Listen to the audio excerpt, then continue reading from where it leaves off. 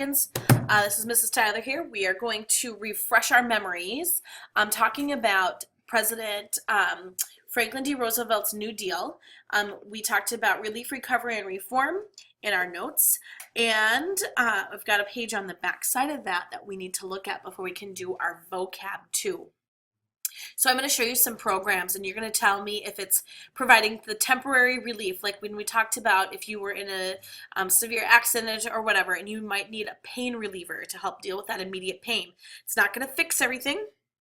It's not going to, if you have a broken arm, they're going to give you a pain reliever to deal with the pain, but it's not going to fix your broken arm.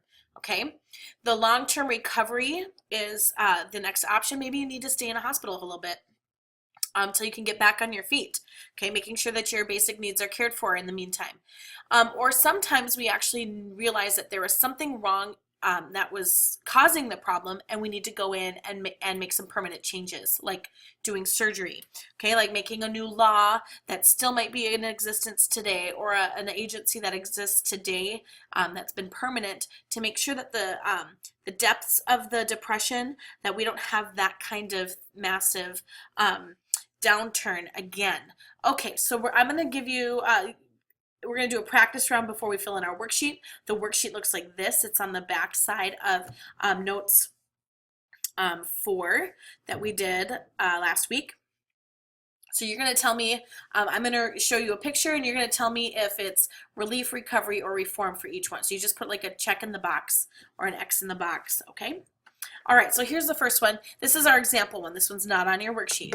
We talked about this in 6th grade though, where parts of rural Minnesota still didn't have electricity going out to some of those homes and farms. This was a government funding so that people could get some temporary jobs that for unemployed people working for utility companies on a short-term basis to help bring electricity and running water to rural farms across the country. And we said that this, because it's temporary, once once that line of electricity is run, then that job might be done for you. So it's not going to be a permanent job. We're saying that this is relief. Okay, it provided an immediate job for some unemployed people, and it provided some utilities to help people living in rural regions. Okay. The next one is called the Agricultural Adjustment Administration.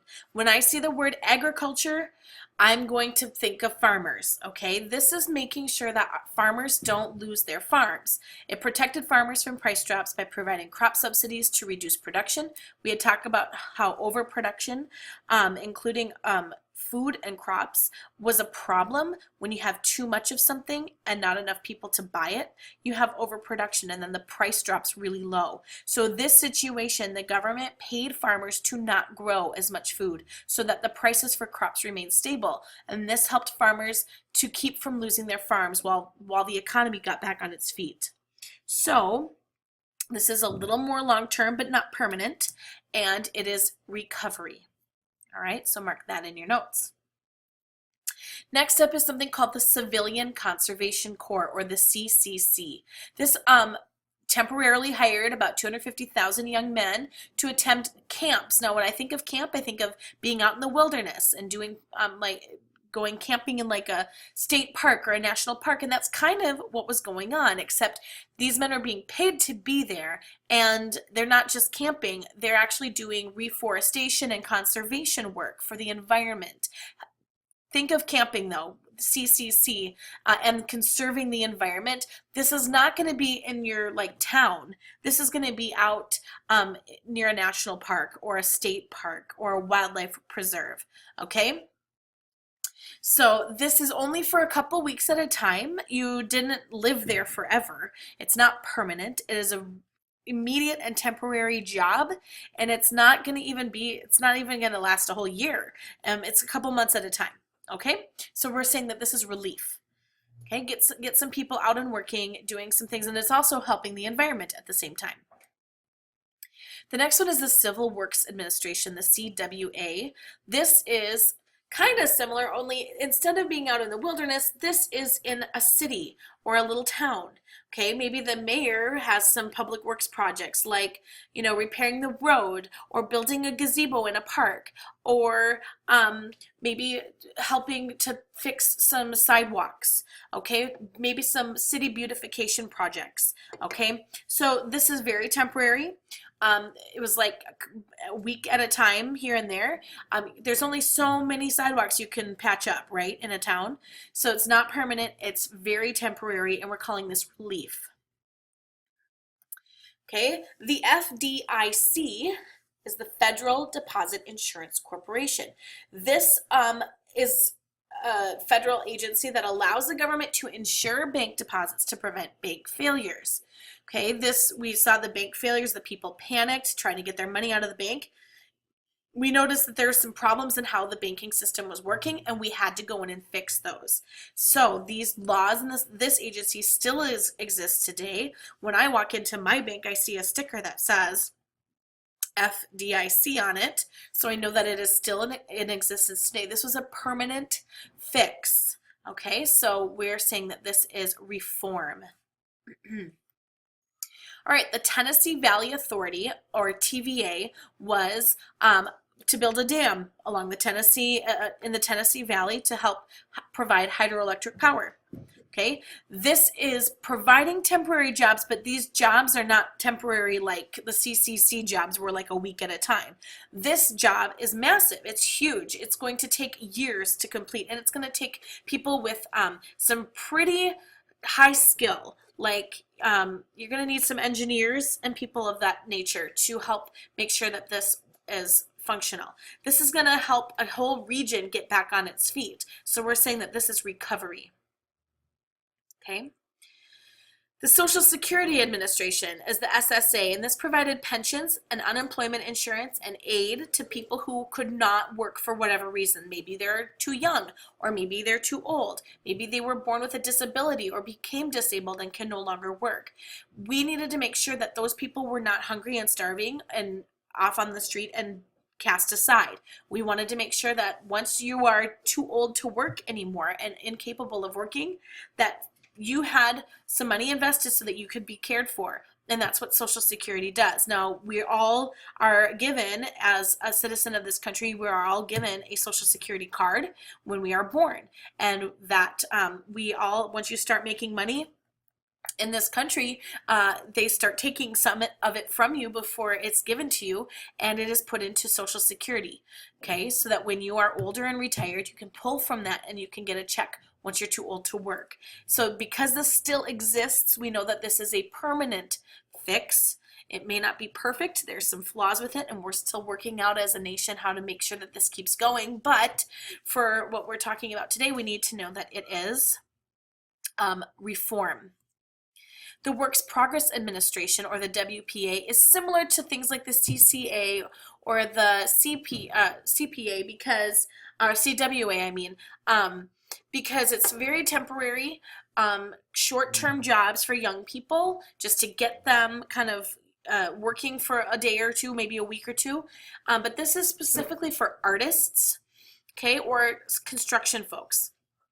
Okay, so they actually paid artists to paint murals in towns and paintings and things like that. Okay, this is temporary, so it is relief. The Securities and Exchange Commission, or the SEC, was established to eliminate some of that dishonesty in the stock market and kind of eliminate some of that risky trading that was going on that helped us get to the Great Depression with that huge stock market crash. So they realized that they needed to make some major changes in the rule books about how you can and cannot purchase stocks and trade stocks. And if you're going to sell stock for your company, you need to be honest about some things. And so this is actually reform because it is permanent. That still exists. Okay, the next one is the Homeowners Loan Corporation, and I want you to pay attention to what it talks about homeowners. This is helping families prevent losing their homes. Remember, we talked about a lot of families who couldn't pay their mortgages. The banks came and repossessed them, and they were moving into Hoovervilles and little shacks and little towns made up of these shacks that people were making up. And we saw examples of that in the movie Cinderella Man as well. So in order to prevent families from having to move out of their homes, we wanted to give them an opportunity to get back on their feet with these super low interest rate loans so that they could stay in their homes for a while. And it's not permanent, but it's not immediate temporary, either. It's kind of in between. It's that getting families back on their feet. So we call this recovery. Okay, so pay attention to homeowners. It's about not losing their homes, getting them back on their feet.